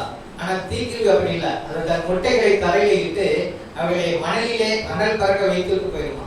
அது முட்டையை போட்டு மணல்ல விட்டுட்டு போயிடும். அந்த முட்டைக்கு நம்மளுக்கு எந்த ஒரு சம்மந்தமும் இல்லாத மாதிரி இந்த தீக்குருவி என்ன பண்ணுன்னா விட்டுட்டு போயிடும். என்ன இது வந்து கொஞ்ச நாள் தான் இருக்கும். அடைக்கா குஞ்சு பொறிக்காது, அடைக்காத்துட்டு கொஞ்ச நாள் விட்டுட்டு போயிடும். ஆனா நம்ம நாட்டு கோழிகள்லாம் பாத்தீங்கன்னா தாய் பாசத்துக்கு வந்து பேர் போனது. இது குஞ்சு பறிச்சு குஞ்சுகளை வந்து நல்லா சேட்டையில பாதுகாத்து வச்சிருக்கோம். எப்படி இந்த தாய் பாசத்துக்கு பேர் போனதுன்னா தாய் பாசம் தான் அதிகம் உள்ளது நம்ம நாட்டு கோழிகள். இந்த கோழி வந்து அந்த குஞ்சுகளை வந்து நல்ல பாம்பு வந்து கடிக்க வரும்போதும் அந்த நல்ல பாம்போடு சண்டை போட்டு அந்த கோழி என்ன பண்ணுன்னா அந்த குஞ்சுகளை பாதுகாக்கிறது. அந்த அளவுக்கு அந்த குஞ்சு மேல வந்து அன்பு பாசம் வச்சிருக்கோம். அப்போ ஒரு வாட்டி இந்த நல்ல பாம்பு வச்சு பாதுகாக்கிறதுக்கு அந்த கோழியை டெஸ்ட் பண்ணாங்களாம் வெளிநாட்டுல. இந்த கோழி வந்து எப்படி நம்ம குஞ்சு மேல ஒரு அன்பு வச்சிருக்கு பார்க்கும்போதும் ஒரு பெரிய டிராக்டர் வச்சு இந்த கோழி மேல குஞ்சோட இருக்கும்போது ஒரு மோதிரத்து பேர் வந்திருக்காங்க. மோதிரத்து பேர் வரும்போதும் இந்த குஞ்சியை விட்டுட்டு அந்த கோழி வந்து அந்த இடத்துல நவரவே இல்லை. அது அப்படியே இந்த வீலை கொண்டு கிட்ட மோதிர அளவுக்கு வச்சு நிப்பாட்டிருக்காங்க. அப்படியே இந்த செத்தாலும் பரவாயில்ல குஞ்சுகளோடு அது இருந்துச்சாமா, சத்தம் போட்டுக்கிட்டு. அப்ப அந்த அளவுக்கு தாய் பாசம் அதிகம் உள்ள வந்து நம்ம நாட்டு கோழிகள். அந்த அளவுக்கு பாசம் வந்து இந்த தீக்குருவிக்கு இல்லையே. ஏன் தேவன் இப்படி ஒரு விலங்கு படைச்சிருக்காரு? அதான் நம்ம பார்க்கிறோம்.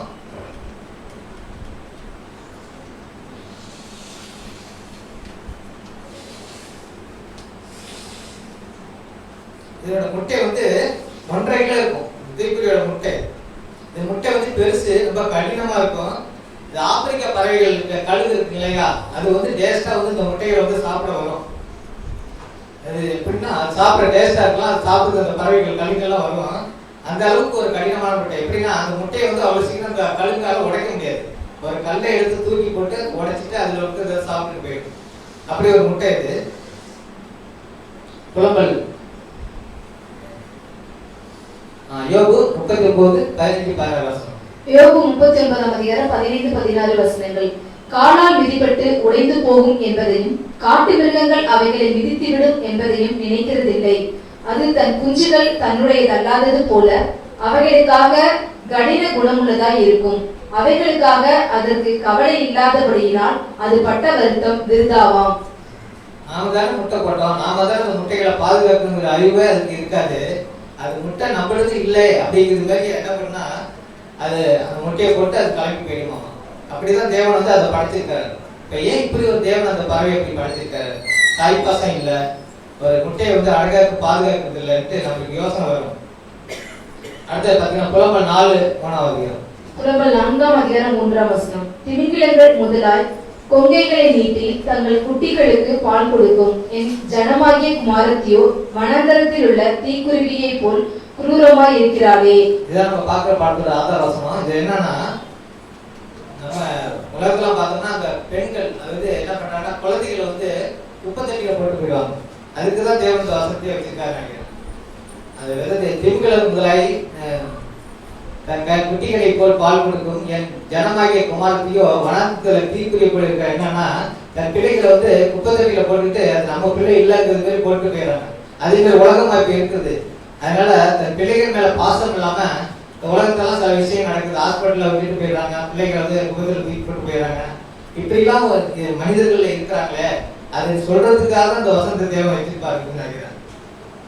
அப்ப இதே மாதிரி ஒரு வசனத்தை தேவன் வச்சிருக்காரு. இந்த வசனம் வந்து தீக்குருவிக்கு பொருந்தும். யோபு 39:17 வசனம். யோபு 39:17 தேவன் அதற்கு புத்தியை கொடாமல் ஞானத்தை விலக்கி வைத்தார். யோபுவிட தேவன் கேட்கிறாரு, உனக்கு 1000 யோசனை வருவான், இந்த குருவி வந்து அடகாக்க மாட்டேங்குது, ஏன்னா இதற்கு வந்து ஒரு கழுத்துக்கீழ முடி இல்லையே, ஒரு தாய் பாசம் கூட இதுக்கு இல்லையே, இதுக்கு வந்து ஒரு அறிவில்லையே சொல்லி உனக்கு 1000 யோசனைகள் வரலாம். ஆனா அந்த பறவை நான் அப்படிதான் படைச்சேன்னு சொல்லி யோபு கிட்ட சொல்றாரு. அதுக்கு சில காரணங்கள் இருக்குன்னு தேவன் என்ன பண்ற யோபு கிட்ட சொல்றாரு. இப்ப என்ன காரணங்கள் இருக்கு? அடுத்த தீக்குருவியை பத்தி ஒரு பிளஸ் தேவன் சொல்றாரு பாருங்க. தீக்குருவி இது வரைக்கும் அடக்காக்கல, பாதுகாக்கல, அது இப்படி இருக்குதுன்னு சொல்லி யோபு வந்து குழப்பலாம். 1000 யோசனை வரலாம். ஏன் இப்படி தீக்குருவி நீங்க படைச்சிருக்கீங்க? உங்கள்கிட்ட தான் நிறைய வல்லமை இருக்குது. தேவன் நினைச்சா தீக்குருவி என்ன பவரா படைக்கலாங்க, ஏன் இப்படி படைச்சிருக்கான்னு சொல்லி 1000 யோசனைகள் வரலாம். ஆனா தீக்குருவிக்கு ஒரு பவர் இருக்குன்றத தேவன் ஓபன் பண்றாரு. யோபு 39:18.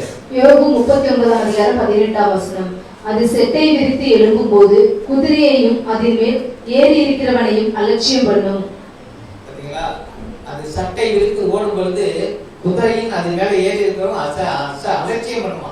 அப்ப என்னன்னா, 9 அடி பறவை அந்த காலை விரிச்சு ஓடும் போது குதிரையை விட தாண்டி ஓடுற அளவுக்கு அது எப்படி ஓடுனா, 64 கிலோமீட்டர் ஸ்பீட்ல ஓடும். 70 கிலோமீட்டர் ஸ்பீட்ல ஓடும் போதும் ஒரு காரோட அதிகமான ஸ்பீட்ல ஓடும். குதிரையோட தாண்டி ஓடுற அளவுக்கு இதுக்கு வல்லமையை தேவைப்படுத்திருக்காரு. அதுக்கு எப்படின்னா, இந்த தீக்குருவி வந்து உடம்புல வந்து ரொம்ப வெயிட்டா இருக்கும். ஏன்னா 200 கிலோ வெயிட் இல்லைங்களா, அது எப்படி ஓட முடியும்னா, அந்த ரெக்கையை அப்படியே விரிச்சிடும். அப்படியே விரிச்சு ஓடும் போதும் அதோட உடம்பு ஃபுல் பாடியும் அப்படியே இது பண்ணிடும். அப்படியே பண்ணும்போதும் அதோட வெயிட் அப்படியே 0க்கு மாறிடும். ரன்னிங்ல ஓடிட்டே இருக்கும். அது வெயிட் அப்படியே பேலன்ஸ், அந்த ரெக்கை வந்து பறக்கிறதுலாம் முடியாது. அது பேலன்ஸ் பண்ணி அது ரெக்கை அடிச்சு ஓடுது பாருங்க. அப்போ வந்து அதோட வெயிட் வந்து 0ல மாறிடும். அப்போ வந்து அந்த அளவுக்கு என்ன பண்ணுன்னா வேகம் ஓடும். குதிரையின் மேல ஏறி இருக்கிறது அசட்டை பண்ணுமா. பெரிய காருக்கு மேல இது ஓடிட்டு அந்த காரோட தாண்டி ஓடுற அளவுக்கு அதுக்கு சக்தியை தேவைப்பட்டிருக்காரு. அப்ப யோபு 39:14-15 வாசிக்கலாம். யோபு 39:14-15 அது தன் முட்டைகளை தரையிலே இட்டு அவைகளை மணலிலே அனலுரைக்க வைத்துவிட்டு போய் காலால் மிதிபட்டு உடைந்து போகும் என்பதையும் காட்டு மிருகங்கள் அவைகளை மிதித்துவிடும் என்பதையும் நினைக்கிறதில்லை. தீக்குருவி பற்றி நம்ம அற்பமா நினைக்கலாம். ஆனா தீக்குருவிக்கு தேவன் சில வல்லமை வைத்திருக்கிறார். அதற்கு சில வல்லமை வைத்திருக்கிறார் என்று நமக்கு தெரியாது. அப்போ இப்போ தீக்குருவிக்கு சில பிரச்சனை வல்லமை இது இருக்குது அப்படின்னு தேவன் சொல்றாரு. ஏன் தேவன் அப்படி வச்சிருக்காரு அப்படின்னு பார்க்கலாம். நம்மளுக்கு வந்து இந்த தீக்குருவி வந்து இப்படி வடகாக்க மாட்டேங்குது, தீக்குருவி வந்து முட்டை விட்டுட்டு அது போயிடுது, குஞ்சு மேல பாசம் இல்லையே சொல்லி நம்மளுக்கு தெரியும், யோகுக்கு தெரியும். ஆனா நம்மளுக்கு 1000 கேள்வி வரலாம். தேவன் எதுக்காக இப்படி படைச்சிருக்காரு அப்படின்னு பார்த்தோம்னா, இதற்கு சில வல்லமையை தேவன் வைத்திருக்கிறாரு என்பது நம்ம இப்ப பார்க்க போறோம். அப்படி என்ன வல்லமையை தேவன் இதுக்கு வைத்திருக்கிறார்? இந்த தீக்குருவி பார்த்தீங்கன்னா 2 விதமான முட்டையிடும். ஒன்று வந்து கனமான முட்டையிடும். அந்த கனமான முட்டையை வந்து குஞ்சு பறிக்கும், அது வந்து கீழே விட்டுரும். இந்த லேசான முட்டைகள் வந்து குஞ்சு பறிக்காது. அது வந்து தீக்குருவி வந்து அந்த முட்டைகளுக்கு மேலே விட்டுரும். மேலே விட்டுட்டு என்ன பண்ணா, இது அடைகாக்க உட்காரும் பொழுது 40 நாள் வரைக்கும் இந்த முட்டைகளோடு இந்த தீக்குருவி இருக்கும். 45 நாள் வரைக்கும், 40 நாளுக்கு முன்னாடி அது என்ன பண்ணா, அந்த முட்டைகளை விட்டு அது கிளம்பி போயிடும். போயிட்டு 45வது நாள் தான் தீக்குருவி வந்து குஞ்சு பறிக்கும். அப்படி குஞ்சு பறிக்கும் போதும் அந்த தீக்குருவி அதுக்கப்புறம் வராது, போயிடும். அப்ப என்னன்னா, இந்த தீக்குருவி முட்டைகள் அதிலே இருக்கும். அது 45வது நாள் குஞ்சு பறிக்கிற டைம் வரும் பொழுதும் அந்த மேல இருக்கிற முட்டை, லேசான முட்டைகள் வந்து குஞ்சு பறிக்கிறது இல்ல, அந்த முட்டையில் உள்ள அந்த கருகெல்லாம் உடைஞ்சி இந்த கனமான முட்டையில் விழுவும். இந்த கனமான முட்டையில் விழும்போது கனமான முட்டையில் உள்ள தீக்குருவி குஞ்சு வந்து வெளியே வரும். வெளியே வரும்போது அது 2-3 வாரங்களுக்கு தாய் இங்கே வராது, தாயே வராது நம்மளுக்கு. அதுக்கு அப்போ அந்த முட்டைகளை சாப்பிட்டு தான் அந்த தீக்குருவிகளுக்கு உயிரோட வாழும். அப்போ அந்த தீக்குருவிகளுக்கு உணவு வந்து இதுதான், இதை வச்சுதான் அது வாழும். இந்த தீக்குருவிக்கு இன்னொன்று பவர் என்னன்னா, அதுல கால் வந்து 2 விரல் இருக்கும். அந்த 2 விரலை கொண்டு ஒரு சிங்கத்தையே பீறி போடுற அளவுக்கு அந்த தீக்குருவிக்கு ஒரு வல்லமை இருக்குது. பாருங்க, இப்படிதான் தீக்குருவி தன் முட்டையிலிருந்து வெளியே வரும். அந்த அந்த அந்த லேசான முட்டைகளோட கருவை சாப்பிட்டு 2-3 வாரங்களுக்கு அதுக்கு உணவு அதுதான். இதனாலதான் தேவன் வந்து இந்த வசனத்தை வைத்திருக்கிறார்.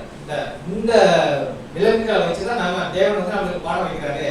இந்த விலங்குகள்லாம் நம்ம ராஜ்யத்துல போகும்போதும் இந்த விலங்குகள்லாம் நம்மளுக்கு பாடமா இருக்குது அப்படின்னு நம்ம தெரிஞ்சு கொள்றதுக்காக ஏனை, ஒட்டகம், கழுதை, புலி எல்லாத்தையும் நம்ம தேவன் வந்து நம்ம பாடமா வச்சிருக்காரு. ஏன்னா நம்ம ராஜ்யத்துல நாளைக்கு புது சிஸ்டம் ஆகி நம்ம போகும்போதும் இந்த விலங்குகள்லாம் நம்மளுக்கு பாடமா இருக்குதுன்னு நம்ம அங்க பார்ப்போம். அப்போ ஒவ்வொரு சில விலங்குகளை பத்தி நம்ம பார்க்கலாம். பாருங்க, இந்த விலங்கு, இந்த விலங்குகளுடைய குணத்தை கொஞ்சம் பார்க்கலாம். பாருங்க, நாய். நாயின்ன உடனே நம்ம என்ன சொல்லுவோம்? நன்றி உள்ளதுன்னு சொல்லுவோம். அதே மாத்தி வேறையும் சொல்லுவோம். நன்றி என்ன பாருங்க, நாய் வந்து நன்றி உள்ளது. மனிதனுடைய குணலட்சணத்துக்கு நாய் ரொம்ப நன்றியாதுன்னு சொல்லுவோம். அப்ப சில ஆபீஸ்ல பாத்தீங்கன்னா ஆபீசர் நாய் மாதிரி குறைப்பாருங்க. நல்ல குணத்தை சொல்லும் போது இந்த நாய் வந்து நன்றி உள்ளதுன்னு சொல்லுவோம். அதே நாயோட கிட்ட குணத்தை சொல்லும் போது நாய் மாதிரி குறைப்பாரு, வல்லு குறைப்பாரு. அடுத்தது மாடு. மாடு பாத்தீங்கன்னா ஒரு மாடு மாதிரி நல்ல வேலை செய்வாரு, நல்லா வேலை செய்யலாம், மாடு மாதிரி நல்லா உழைப்பாரு அப்படின்னு சொல்லுவாங்க மாடு குணத்தை. அடுத்தது பாத்தீங்கன்னா எரும மாடு. எரும மாடு வச்சு என்ன சொல்லுவாங்க? எரும மாட்டுல மலை பெஞ்சு மாதிரி இருக்கிற அந்த பையன் வந்து அறிவு இல்லையே அப்படின்னு சொல்லுவோம்.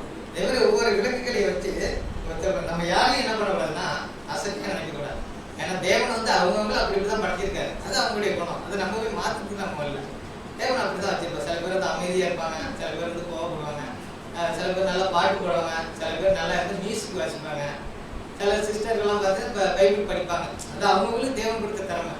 அவங்க வந்து பண்றாங்கன்னா நம்ம போட்டி மட்டும் செய்யக்கூடாது. நம்மளுக்கு தேவன் வந்து அதாவது எந்த டேலண்ட்டும் இல்லாத தேவன் வந்து நம்மளுக்கு படிக்கணும். ஒவ்வொருத்தருக்கும் ஒரு டேலண்ட் இருக்கும். கேட்டீங்களா? அவங்க நல்லா டீ போடுவாங்க, நல்லா வந்து கால் கிளீன் பண்ணுவாங்க. எல்லாம் ஒவ்வொருத்தரும் தேவன் எதுனா பண்ணுவாரு, அதுக்குடைய திறமையை வச்சிருப்பாரு. யாருக்கும் தேவன் படைச்சவங்க வந்து எதுவுமே அவரை சோட விட மாட்டார். தேவனுடைய படைப்புல நம்ம எல்லாரும் சகோதர சகோதரிகள் தான், எல்லாரும் சமம் தான். அப்படிதான் நம்ம பார்க்கணும். நம்மளுக்கு சில பிரச்சனைகள் வரும்போது நம்ம எப்படி நினைக்கக்கூடாதுன்னா, நமக்கு வந்து சில ஆக்சிடென்ட், அதாவது ஒரு ஆக்சிடென்ட் நடந்ததுன்னா நம்ம எதை தவறு பண்ணிட்டோம், அதனால நமக்கு இந்த ஆக்சிடென்ட் நடக்குது, நம்மளுக்கு தவறு நடக்குது அப்படின்னு நினைப்போம். அப்போ நமக்கு அதாவது தெரிஞ்சவங்க இறந்துட்டாங்கன்னா என்ன நம்மளுக்கு எப்படி நடக்குது அப்படின்னு நம்ம சுதந்திரக்கூடாது. நம்ம ஏதோ பாவம் செஞ்சு வந்திருக்கு, அதான் நம்மளுக்கு தொடர்ந்து இந்த பிரச்சனை நடந்துகிட்டு இருக்கு, தொடர்ந்து நம்மளுக்கு இந்த கடன் பிரச்சனை, இந்த பிரச்சனை வருதுன்னு நம்ம நினைக்கிறது. அப்படியே நம்ம வந்து மைண்ட்ல நம்ம நினைக்க கூடாது. ஆக்சிடென்ட் வந்தாலும், கவலை வந்தாலும், மனப்பாரம் வந்தாலும், துக்கம் வந்தாலும் நம்ம தேவன் நம்மளுக்கு இருக்கிறார், ரைட்டுங்களா? அப்போ வந்து நம்ம வந்து அதில் வந்து நம்ம சோர்ந்து போகக்கூடாது. நம்ம எதுவும் நம்ம பாவம் பண்ணிட்டு இருக்கு, அதான் நம்மளுக்கு இப்படி நடக்குது மட்டும் நம்ம மைண்ட்ல எடுக்கக்கூடாது, ரைட்டா? அப்படி ஒரு சம்பவம் நடக்கும்போது தான் நம்ம ஆண்டவர் இயேசு கிறிஸ்து ஒரு பிறவி குருடனை கொண்டு போய் என்ன பண்றாங்கன்னா வரும்போது அவங்க சீசர்கள் பார்த்து கேட்கறாங்க. என்ன கேட்கறாங்கன்னா, ஆண்டவரே, ஒரு பிறவி குருடன் வந்து ஒரு குருடனா இருக்கிறாரு, இவர் செய்த பாவமா இல்ல இவங்க பெற்றோர்கள் செய்த பாவமா அப்படின்னு அவங்களை கேட்கறாங்க. அப்போ யார் செய்த பாவம்? இவர் செய்த பாவமா பெற்றோர் செய்த பாவமான்னு கேட்கறாங்க. எப்படி இது மாதிரி ஆகுது? இவர் செய்த பாவம்னா சின்ன குழந்தையில இருந்து அவன் குழந்தைய வந்ததுல இருந்துமே அந்த பிறவி குருடன் வந்து குருடாவே இருக்கிறாங்க. என்ன பாவம் செஞ்சிருக்க முடியும்? அப்போ அப்படி நம்ம அந்த கண்ணோட்டத்துல பார்க்கறது. இதற்கு என்ன காரணம்? ஒரு 4 காரணத்தை பார்ப்போம். இதற்கு என்ன காரணம்? 4 காரணம். முதலாவது காரணம் முதலாம் காரணம், நம்முடைய வாழ்க்கை அனுமதிக்கப்படுகிற அசம்பாவிதங்களுக்கு முதல் காரணம் அவர்களுடைய கவனக்குறைவு. நம்மளுடைய கவனக்குறைவு. நம்மளுடைய கவனக்குறைவுனா ஒரு எக்ஸாம்பிள் எடுத்துக்காட்டு என்னன்னா, சரியான நேரத்துல நம்ம சாப்பிடுறோம். நேரங்கட்ட நேரத்துல சாப்பிட்டுட்டு அளவுக்கு அதிகமா சாப்பிட்டுட்டு தான் நம்மளுக்கு உடம்புக்கு கெடுதல் வரும், அஜீரண கோளாறுகள் வரும். அது ஒரு நம்ம கவனக்குறைவு தான். நம்ம தான் கரெக்டா சாப்பிடணும். எது நம்மளுக்கு ஒத்துக்குமோ அதை நம்ம சாப்பிடணும், ஒத்துக்காத நம்ம விட்டுடணும், ரைட்டுங்களா? அடுத்தது கவனமா நம்ம வண்டி ஓட்டணும். சிக்னல் போட்டிருப்பாங்க, டிராஃபிக் இருக்கும், அந்த வண்டி வரும், நம்ம வீட்டுல புரிஞ்சு ஓடிடலாமே. நம்ம வேகமா போய் நம்ம என்ன சாதிக்க போறோம்? ஒரு 2 நிமிஷம் நின்றுட்டு போனா நம்மளுக்கு ஒன்றும் ஆகாது. நம்ம வேகமா போய் என்ன பண்ண போறோம்? அதை பார்க்கும்போது சிக்னல் டக்குன்னு போடுவாங்க. அந்த நேரத்தை எடுத்து வண்டி ஓட்டும் போதெல்லாம் கால் அடிபட்டுறோம். இதுக்கு என்ன பண்ணா? நம்ம தேவன் தான் நம்மளை சோதிக்கிறார், நம்ம விசுவாசம் சரியில்லை அப்படின்னு நம்ம நினைக்க கூடாது. நம்மளுடைய கவனக்குறைவுனால அது நடக்குது. அது தேவனுக்கு அதுக்கு சம்மந்தமே கிடையாது. தேவன் நம்மளை பாதுகாப்பாரு. ஆனா நம்ம கவனக்குறைவு இருக்கிறனால அதுக்கு நம்ம நடக்குது. நம்ம ஏதாவது தவறு பண்ணிட்டோமோ, தேவன் நம்மளை தண்டிக்கிறாரோ அப்படின்னு நம்ம எடுத்துக்கூடாது. நிச்சயம் தேவன் நம்மளை தண்டிக்க மாட்டார், அப்படி நம்ம எடுத்துக்கூடாது. இதுக்கு மெயின் காரணம் நம்மளுடைய கவனக்குறைவு. இதான் இதுக்கு எடுத்துக்காட்டு. அடுத்து இரண்டாவது காரணம் நம்முடைய உடன்படிக்கையை நிறைவேற்றுபவராக வாழ்வதனால் அசம்பாவிதங்கள் ஏற்பட்டிருக்கிறது என்று நாம் உணர்ந்து கொள்ள வேண்டும். நம்ம தேவனோட என்ன பண்ணிருக்கோம்? உடன்படிக்கை பண்ணிருக்கோம். நம்மளோட உடன்படிக்கை பண்ண டேட் நம்மளுக்கு ஞாபகம் இருக்கும். நம்ம தேவாதி தேவனோட நம்ம உடன்படிக்கை பண்ணிருக்கோம். இந்த உடன்படிக்கை நம்ம பண்ணிருக்கோம்ல, நம்ம வேணா மறந்துடலாம். தேவன் நம்ம உடன்படிக்கை பண்ணிருக்கிறோம். நம்ம உடன்படிக்கை செய்து முடிகிற வரைக்கும் அவர் நம்மளுடைய பார்வையிலேயே நம்மளை பார்த்துட்டு இருப்பார். ஏன்னா விளையாட்டுன்றது நம்மளுடைய அழைப்பு. அந்த அழைப்பை நம்ம வேணா அசைக்க விட்டுடலாம். ஆனா அவர் தேவன் நம்மளை தவறிக்க விட மாட்டாரு. நம்மளை எந்த சூழ்நிலையும் நம்மளுக்கு சொல்யூஷன் கொடுத்து நம்மளை அந்த இடத்துல கொண்டு அந்த என்ன பண்ணலாம், நம்மளுடைய அந்த கிரீடத்தை கொடுக்கறதுக்கு அவர் ரொம்ப பிரயசப்படுறாரு. ஒவ்வொரு சத்தியமும் ஒவ்வொரு பாடமும் சகோதரமாக நம்மளுக்கு கிடைக்குதுன்னா அதை நம்மளை தேக்கி ஆக்கி நம்மளை அந்த வழியில கொண்டு போட்டு தான் கொடுக்கும். தேவன் பண்றாரு, நம்மளை கெட்டு போறதுக்காக இல்லை. அப்போ இதன் மூலமா நான் நிறைவேற்றுவதற்காக என்ன பண்ண நம்மளுக்கு ஏற்பட்டிருக்கிறாரு. நம்மளை சரி பண்ணி கொண்டு வரதுக்காக ஏன்னா நம்ம யாரும் நம்ம தேவனோட உடன்படிக்கை பண்ணியிருக்கோம். அந்த உடன்படிக்கை நிறைவேற்றுவதற்காக ஏன்னா நம்ம சரி செய்யறார் தேவன். சரிங்களா? அப்ப மூன்றாவது காரணம் ஏதோ ஒரு விஷயத்தில் தேவனுக்கு விரோதமாக பாவம் செய்திருப்போம், பலகீனத்தில் ஈடுபட்டிருப்போம், மாம்சம் நம்மை மேற்கொள்ள அனுமதித்து தேவனுடைய பார்வையில் நீதியின் வழியில் இருந்து தவறு செய்திருப்போம். அதனால் தேவன் நம்மை சிட்சித்திருக்கிறார் என்பது மூன்றாவது காரணமாக இருக்க வாய்ப்பு இருக்கிறது. நம்ம ஏதாவது தவறு செய்திருப்போம், அந்த தவறுகளே நம்ம விட்டுட்டோம்னா நம்ம அப்படியே தவறுலேயே போய் நம்ம அழைப்பை விட்டு நம்ம வெளியில போயிடுவோமா? அதனால தேவன் நம்மளை பார்க்க நம்ம ஒவ்வொரு நாள் தேவன் பார்க்கறாருங்களா? அதனால நம்மளை சரி பண்றதுக்காக கூட தேவன் ஒரு சிச்சையை பண்ணிருக்காரு. சரி பண்றதை நிச்சயம் பண்றாரு. ஏன்னா இப்போ யூதாஸ் காரியத்தை பார்த்தீங்கன்னா ஆண்டவர் இயேசு கிறிஸ்து வெள்ளி காசு 30 வெள்ளி காசுல காட்டி கொடுத்தாரு. காட்டி கொடுக்கும் போதும் ஏன்னா சும்மா காட்டி கொடுத்தாரு, அவங்க ஏதோ ஒரு வான் பண்ணி கொடுக்குறாங்கன்னா இவர் நினைச்சாரு யூதாஸ் காரியத்தை.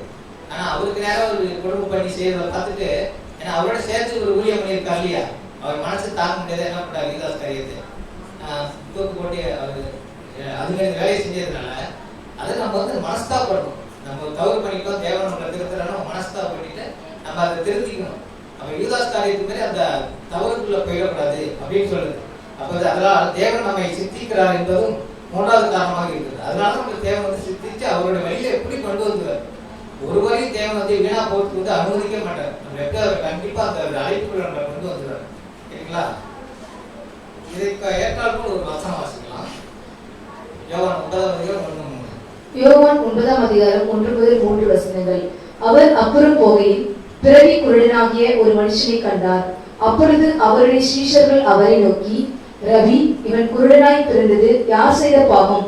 இவன் செய்த பாவமோ இவனை பெற்றவர்கள் செய்த பாவமோ என்று கேட்டார்கள். இயேசு பிரதியுத்தரமாக, அது இவன் செய்த பாவமும் அல்ல, இவனை பெற்றவர்கள் செய்த பாவமும் அல்ல, தேவனுடைய கிரியைகள் இவரிடத்தில் வெளிப்படும் பொருட்டு இப்படி பிறந்தான். இது ஒரு நான்காவது காரணம். எப்படின்னா ஃபர்ஸ்ட் கேட்டாங்களா சீசர்கள் ஆண்டவர் இயேசு கிறிஸ்துட்ட எப்படியே இவர் செய்த பாவமா இவர் பெற்றோர் செய்த பாவமான்னு கேட்கும்போது அதுக்கு பதில் இப்ப சொல்லல. இப்ப பாத்தீங்கன்னா அதுக்கு என்ன பதில்னா ஆண்டவருடைய ஒரு தெருவில் ஒருத்தர் குருடா இருக்கிறாங்க, ஒருத்தர் காது கேட்காம இருக்காங்கன்னா திடீர்னு அவங்களுக்கு காது கேட்குதுன்னா அவங்க சொல்லுவாங்க தேவன் மாதிரி காது இருக்காரு கண்ணு கிடைக்கிதுன்னு சொல்லும் போது தேவனுடைய மகிமை வெளிப்படுதுல்ல. கிரியைகள், அந்த கிரியைகள் மூலமா தேவனுடைய நாமம் மகிமைப்படும். இப்போ நம்ம பார்த்தீங்கன்னா தேவனுடைய மாமம் எப்படி மகிமைப்படுறதுனா நம்ம குடியிருக்கிற இடத்துல சிஸ்டர் நல்லவங்க, ஆரம்பம்னா சர்ச்சைக்கு போவாங்க, நல்லா அன்பானவங்க அப்படின்னு என்ன பண்ணுவாங்க, அதுக்கு சொன்னாங்க அந்த தெருவில் தேவனுடைய நாமம் மகிமைப்படும். அதே விட்டுட்டு என்ன பார்த்து இவரா குணசேகர் இவரா ஏங்க இவர் சர்ச்சைக்கு ஏங்க அவர் போறாரு, வேற நம்மளோட இங்கே வந்துடலாம் அப்படின்னு சொன்னா இந்த தேவனுடைய நாமம் தூசிக்கப்படும். அதுக்காக தான் என்னன்னா அவருடைய நாமம் மகிமைப்படுறதுக்காக ஒரு குருடரும் சப்பானியும் இவங்களெல்லாம் தேவன் வச்சிருக்காரு. அப்போ ஒரு காரணம் சொல்றேங்க. ஒரு வாட்டி ஒருத்தருக்கு என்ன பண்ணுன்னா கால் அடிபட்டு, ஏதோ வண்டியில் போகும்போது அவங்களுக்கு அடிபட்டு கால் எலும்பு முறிவு ஏற்பட்டு. உடனே டாக்டர் சொன்னார், உங்களை ஸ்கேன் எடுக்கணும், கால் எந்த அளவுக்கு அடிபட்டுருக்கு, எலும்பு எந்த அளவுக்கு முறிஞ்சிருக்கு பார்க்கணும் சொல்லி ஸ்கேன் எடுக்கணும்னு சொன்னாங்க.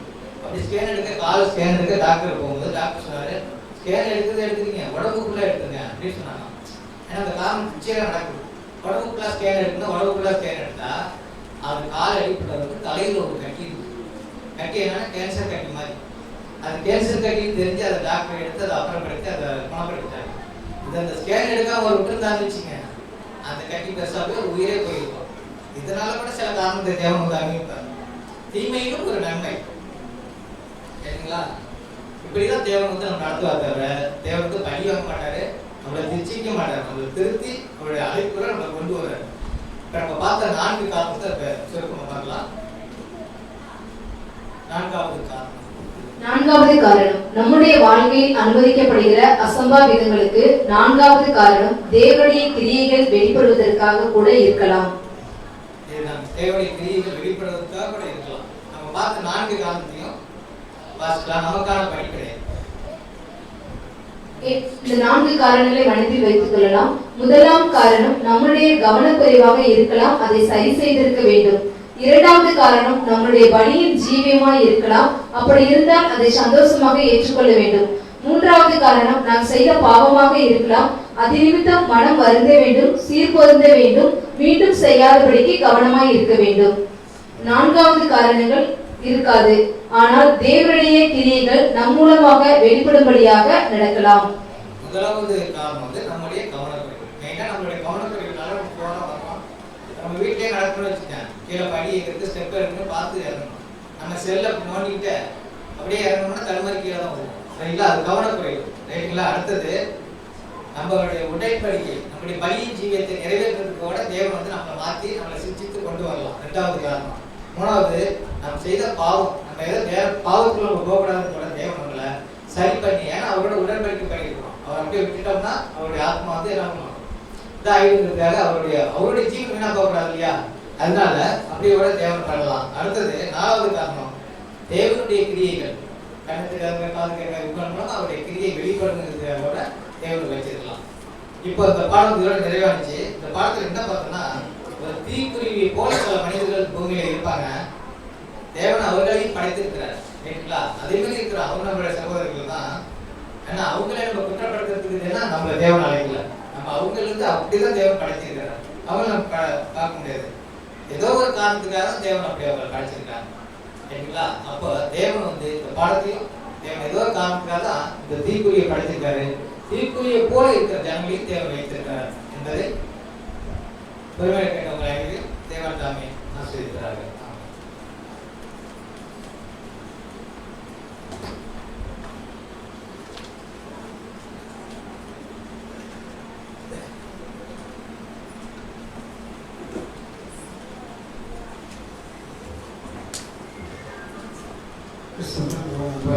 அன்புக்குரிய சகோதரர்கள் கூட தீக்குருவி என்ற தலைப்பிற்கு சத்திய பாடத்தை நிறைவு செய்து அந்த பிதாவின் ஆராய்ச்சி செய்வோம்.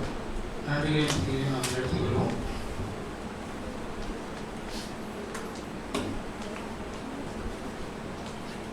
தேவனுடைய ஒவ்வொரு படைப்பிலிருந்து நமக்கு ஒரு பாடம் இருக்கு அப்படின்னு சொல்லி நம்ம மாற்றோம். அந்த அடிப்படையில் தான் தேவனுடைய படைப்பாக தீக்குருவிலிருந்து கூட நமக்கு ஒரு பாடம் இருக்கு அப்படின்னு சொல்லி பார்த்தோம்.